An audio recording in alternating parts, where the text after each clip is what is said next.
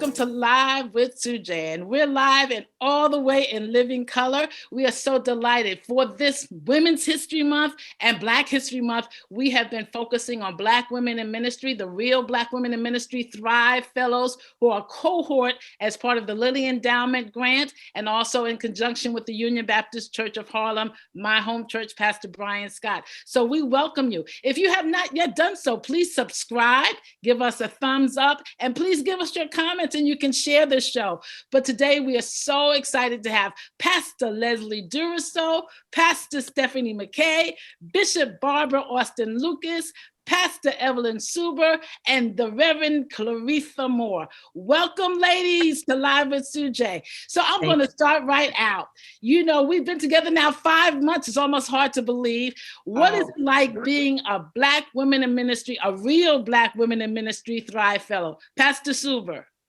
Well, this is awesome for me. I have been thinking and just excited about the entire thing. I was elated. Thank you so much, Dr. SuJay, for allowing me to be a part of this group. It's being with women who are real, women who have been in ministry, people who are coming together as a sisterhood. And this is something that I have needed for a very long time. I haven't been in ministry for almost 30 years, but never had a group that I feel so connected to. So thank you so much. And thank all of you, my new sisters at the well. Well, you are welcome. Well, we want to go Sisters at the Well. Reverend Claretha Moore, we are out of the same home church. This is my 40th year in ministry being licensed. Ooh. You were there at the beginning of my licensing, and now you are here as executive pastor of Union Baptist Church. How does it feel to be part of the real Black Women in Ministry Thrive Fellows? It's thrilling. It's exciting. And it couldn't have come at a more opportune time for me. I was not in a good place. I needed to recover. I still need to recover, but I needed to be reoriented to really get back into what I'm called to do, what I'm assigned to do. So it's really a pleasure for me to have opportunity to do the work I know God's called me to do. So I'm glad to be a part of it. And we're so excited to have you. She's referring to, she just lost her husband of 50 plus years. And so some of us came in grieving, some of us came in relieving. There's so many things in life, but that's why a cohort is so important. So I'm gonna ask you, Pastor Duraso, tell me why it's important for you to be part of the Black Women in Ministry Thrive Fellows. Well, first, I'll just say thank you for this wonderful opportunity to be with you, Ambassador, and for all the pastors here, my sisters in ministry. It has been like a prophetic movement of God for me to be a part of the Black Women in Ministry. As you know, Ambassador, I was pretty broken this year, not only with the pandemic, but I had a great move or shifting in my ministry and in my life. And so this was such an ordained move of God for me at this moment, for me to receive some of the healing that I need to go forth in ministry. So this has just been more than I could ever ask for or even imagine. I just really feel like God was saying to me, daughter, I am meeting you at the point of your need. I am touching your heart in this moment to let you know that you are to continue on in ministry, and now have given you a support group, which is something that I haven't really had throughout my ministry for the past 12 years. So I am so grateful, I'm honored, and I'm excited about what God is doing in the midst of what I felt like was a chaotic season for me. God is taking it out of that chaos and doing something divine. So I'm grateful. Thank you. You're welcome. And see, some of us come with grief of a physical death in our families, of a loved one. And during COVID, our condolences to so many who've lost loved ones. But we also have grieving because sometimes we're placed in places we don't understand the why, but God does. And so we're so glad to have you here. I'm going to ask you the same question. Bishop Barbara Austin Lucas, friends and relationships for more than 40 years now. What is it like for you? You're kind of our senior bishop in the fold. What is it like for you? It's interesting to be on this end of it in terms of looking back over the years and being able to hear the stories of other women. I too have learned how to appreciate the cycle. So just as we look at a life cycle, we can look at a ministerial cycle. So that you start out young and you start out, kind of wondering, and then you experience life and you come to a place where you say, okay, and you start redoing stuff. And that means you've learned from what you've done in the past, and therefore you come into new situations and you kind of know the answers. But for me, it is refreshing to be in a place where I can hear other women coming through similar situations, but working it out differently. And that's for me, it's the power of women coming together and talking together and reflecting together, because I've been in a really reflective mood in terms of my life cycle and ministerial cycle as well. So I stand and I listen to other women, and it's like you're rooting them on. Get it early, get it early. Because I've been there. Exactly. If they get it early, they can really move with it. So I want to thank you too, as others have, for the insight, for the wisdom, for your compassion in terms of reaching out to other women. And you've always had that. So even when the initial project started, you were one that reached out to other women early on. And I was thankful then, and I'm thankful now. Thank you. You're welcome. And I thank you. People don't know, I was a young college student, and I was, you try to find a meal anywhere there's a good meal. And Pastor Barbara, none of us were preaching back then, but she invited me over for a good home cooked meal. So, we're friends for life. I love you. I relate to everybody through food. But Pastor Stephanie McKay, we met most recently. We shared a pulpit together, and you were one of the worship leaders. It was a Martin Luther King service a year ago. And so we're connected at the heart and the hip. How is it for you to be part of the Black Women in Ministry Real Thrive initiative? Well, Dr. SuJay, first of all, I want to thank you for giving me the opportunity to take part in this initiative. I am encouraged to go further, in ministry, to take a leap of faith and go a little bit further. And not only am I encouraged, but I am enlightened. I'm enlightened from the presentations thus far, and it expanded, my scope in ministry. And lastly, but not least, I am enthused by your enthusiasm to push Black women in ministry to go a little bit further. So excited. Well, that's why we call it Live with SuJay, because we're going to be all the way live all the time. So when we came in, when we began the cohort, I read a list of R words: relationships, retention, release. What was your R word when you began? I heard you say, Bishop, now it's reflective. What's your R word now? You challenged me with rest. So, as I shared last week, 2 weeks now, I guess, that I was in a place of rest and relaxing after I had completed one of the things I had on my list to complete. And I've done that, and COVID perhaps provided that space, self-quarantining and not having to explain yourself all the time. So just now moving into trying to relax. And it's amazing how much we do, and we don't realize we are not relaxing. We're just trying to get the work done. So right now, I'm reflecting before, relaxing now. Prayerfully, I will be rejuvenated. Oh, I love it. So now those who are hearing impaired, they do this, which means hallelujah or applause. So I'm going to do this for you all today. Thank you. That's a major move. And that's just 5 months. So Pastor Stephanie, what was your R word when you came in, and where are you now? Refreshed. I am refreshed, and as the bishop says, I am also rejuvenated.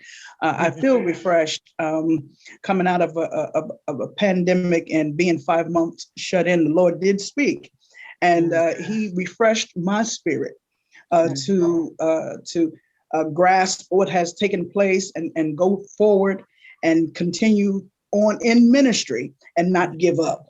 So I am refreshed and I am rejuvenated. And Pastor Reverend Claretha Moore, you came in at a time of needing some healing. You were grieving. What was your R word when you came in? And now 5 months down the road, what's your R word? Recovery, restoration, re-energized. Powerful. I'm glad to hear that. I'm glad to hear those that. Those words. Praise God. And I see it. I see it in all of you. So gorgeous. Pastor Evelyn, what was your R word? What is it now? When we came in, it was ready, and now it's reinforced. It's reinforced because I know Like that it that. can be done. When I see the other I love- women, when I hear the other women, and God has just done a miraculous thing for me in joining me with this group, Ambassador SuJay, at this particular time. I have a new pastorate in an area of New York that has really been desolate and been left alone in the Far Rockaway area, you know it. And I just feel just reinforced that I could get this job done. And I am looking forward to putting every effort into it. My mentee, she's from that area. I see her as someone who can, open doors for me. She's a person who has the needs that that everyone has on the Rockaways in the peninsula. And I just feel reinforced that I could get this done. With you all behind me, I have an army, a cohort army that's ready to fight for me, pray for me, stand with me. And I just really, really feel like I'm ready to get it done. I love it. I love it. Pastor Duraso, what was your R word? What is it now? So for me, I would say if it's a word, I'm not sure, maybe I'm making up a word here, but like re-emerging or re-emergent. I just feel like there's a dynamic or a level of me that's coming forth that was pretty much hidden before. And now I'm given this space and this freedom to re-emerge more truly and more authentically myself. So my other R word would be renewed in mind and spirit. I feel more like a, holistic connection to myself and to God and to my sisters. So I'm just grateful that I feel like I discovered this part of me during this midst of a pandemic that maybe would have never re-emerged or came forth if I wasn't in that kind of moment of chaos. So yeah, I would say re-emerged and renewed. So re-emerge is a word, and also resurge or resurgence, because you have to have a surge protector in your house because sometimes it gets so explosive. So I'm resurging just from the energy of all of you, and it's just been a joy and a delight. So you mentioned, Pastor Evelyn, your mentee, and I want each of you to share the name of your mentee and what is her assignments. We're going to give a shout out to the one that you're pouring into as others have poured into you. Who's your mentee and what's her assignment, Pastor Evelyn? My mentee is Kimberly Pender, and her assignment is to develop a ministry specifically for women who have children with special needs. I love and it. we are, she is dynamic. She's in that situation herself. She has 3 children with special needs, and 2 of them boys and 1 daughter. And she is dynamic. She's working with those children. She's got terrific ideas and things that we can really implement, things that won't take a whole lot of effort, things that are in place that she can pull together, that we can pull it together in the church and then offer it out to the community. That's awesome. That's awesome. And we're from 11 different cities, 11 different denominations. So not every mentee is the same denomination as a mentor, which is so great because we're all being brought in by our experiences. Bishop Barbara Austin Lucas, tell us, who's your mentee? What is she assigned to do and how are you helping her? Okay, my mentee is Pastor Melaine Rochford, and she is actually youth pastor, youth young adult pastor at New Life Cathedral, where her father is the senior pastor, and he's Archbishop Robert Joel Rochford Sr. And he is the one who formulated Dunamis Covenant Connection about 10 years ago. And he has assigned me as director of education and academic studies. So there's this, it's the edge of where I become the person who is founding the Dunamis Covenant Connection Institute. So I'm working on that. And Pastor Melaine is working with me and another group of persons alongside me to make sure that that happens. We have begun, we've had meetings around the various churches, and so 33 churches in the connection at this point. This is 9 years in, and That's awesome. they are in a place where the churches that have educational wings are coming together with me, and we are coordinating the courses that are offered so that all persons within, all disciples within all the churches can choose which church they want to go to. And then my work is to work on accreditation and the other pieces of the DCCI. I love it. I love it. Bishop, Pastor Duraso, I'm elevating all of y'all. Pastor Duraso, who's your mentee and what is her assignment? So I have the honor of working with Maureen Jackson, also known as Tarry. And her assignment is to help me to develop and expand not only the youth and young adult ministry, but we're really taking on the ministry of mental health and mental illness, which she has an in-depth background and specialty in. She's also a special education educator. So even as we speak, she was able to connect the church to the National Alliance of Mental Health and Mental Illness. And we are starting some training and some events to bring not only the churches together, but the people in the community together so that they can know that there are resources and help. So she has been a wonderful blessing for me because we have an after school program, and we were able to see how much the parents need some more resources around mental health and mental illness because they're struggling in the midst of the pandemic. We're trying to educate, now become educators for their children. They're struggling with just being in the house all the time with their children. It's going to be a major piece we're going to have to deal with the home, and you're going to be leaders in that. She's brand spanking new to ministry and didn't think she'd have an opportunity, and now you're mentoring her, and she's bringing something to the table already. So we're glad to have you. And Reverend Claretha Moore, who is your mentee, Union Baptist Church, and what is her assignment? My mentee is Minister Loretta Moy. Loretta Moy is a gifted Christian educator, and I'm so pleased that the Lord allowed me to know her and to have her or to be her mentor, because I see one of my roles is to be able to leave something behind. I'm a baby boomer. There are generations behind me, and I'm glad about it. And they're gifted in terms of digital age, and Loretta is one of them. And her assignment is to bring us into this 21st century in terms of computers in our Christian education ministry, as well as throughout the church, because I'm becoming painfully aware that lots of the things that we miss out on in our neighborhoods have to do with we don't know how to use these computers. We don't know how to do that. Issue. It is a technology. So I want it to happen in the church as a whole, but specifically right now it's the Christian education ministry, and she's gifted in that, and I've known that. So I'm pleased to have the opportunity to work with her in this way. And she's pleased too. She's excited. The mentees meet after the mentors, and they are all the way live too. So we're delighted to have you. And Pastor McKay, you're my mentee. So we're going to be walking side by side as you build your ministry there in New Jersey. And it's exciting to have all of you. We're going to take a break, and we're going to be right back. Subscribe, give us a thumbs up, share, but don't go away. Take a break right now with us. Hey, thank you for joining us. COVID is a tough time, and a lot of people are feeling the pressure of stress of life. But I have a book that I think will be a blessing to you. It's called Too Blessed to Be Stressed, and the subtitle is Words of Wisdom for Women on the Move, but it's also for men on the move. And it's scriptural steps to bouncing back from burnout. I encourage you to get it. It's still a bestseller some 10 years later. You can get it on Amazon or wherever books are sold online.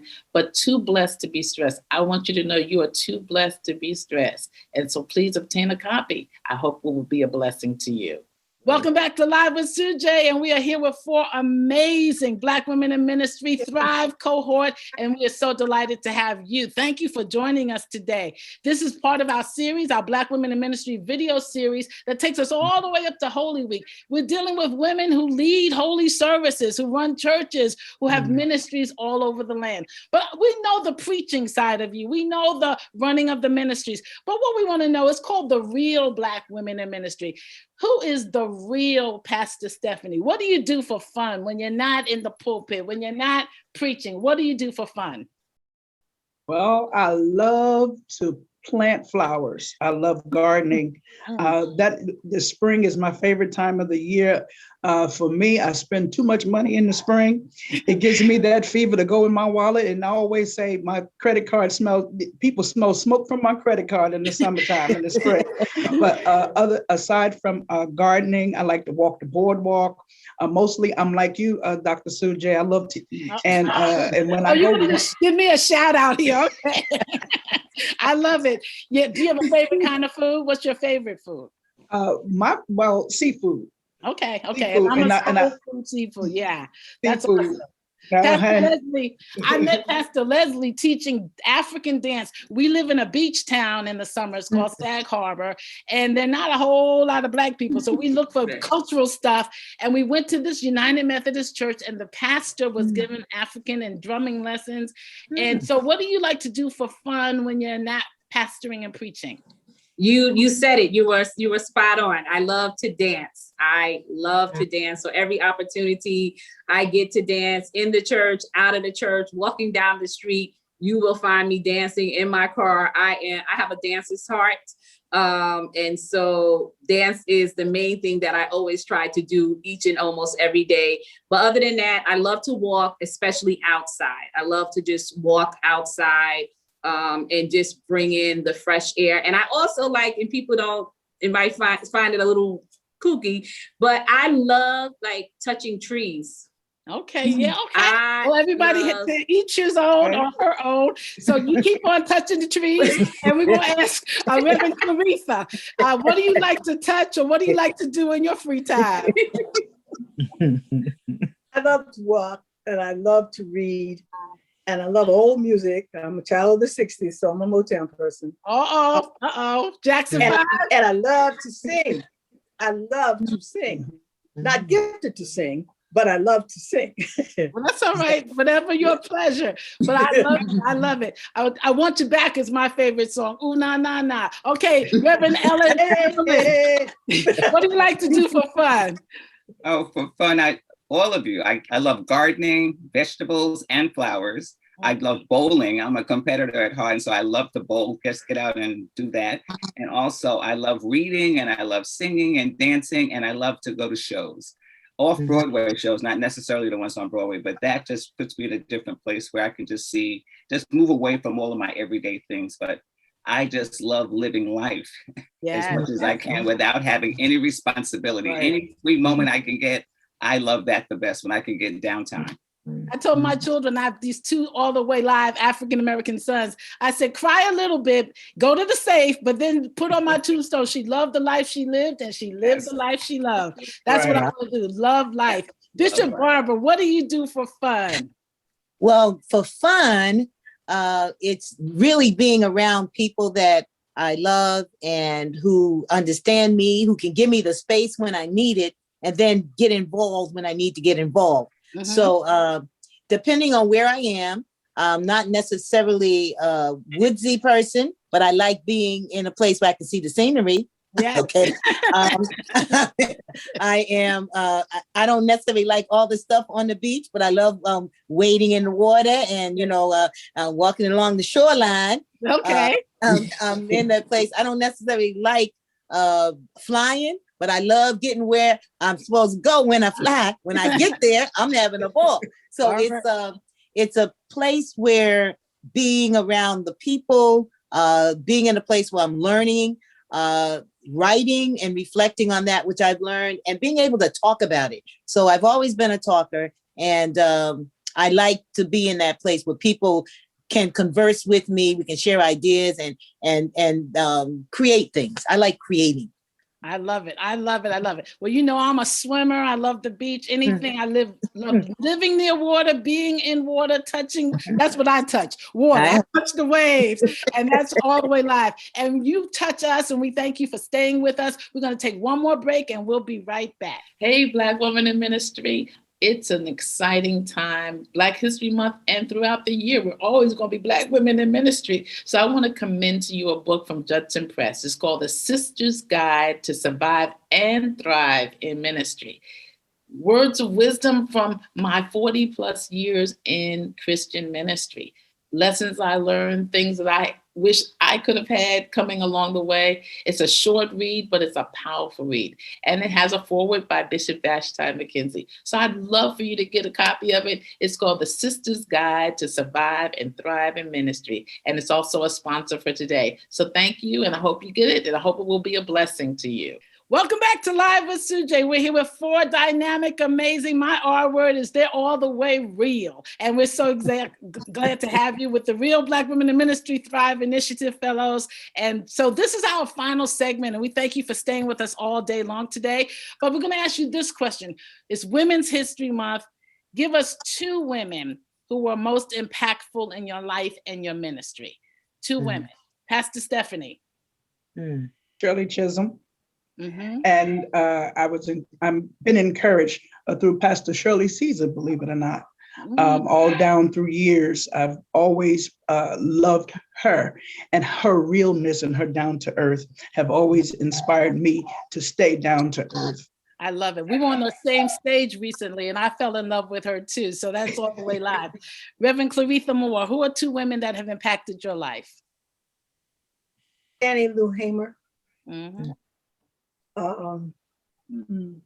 Marian Anderson, and then there's some women at Union. Okay.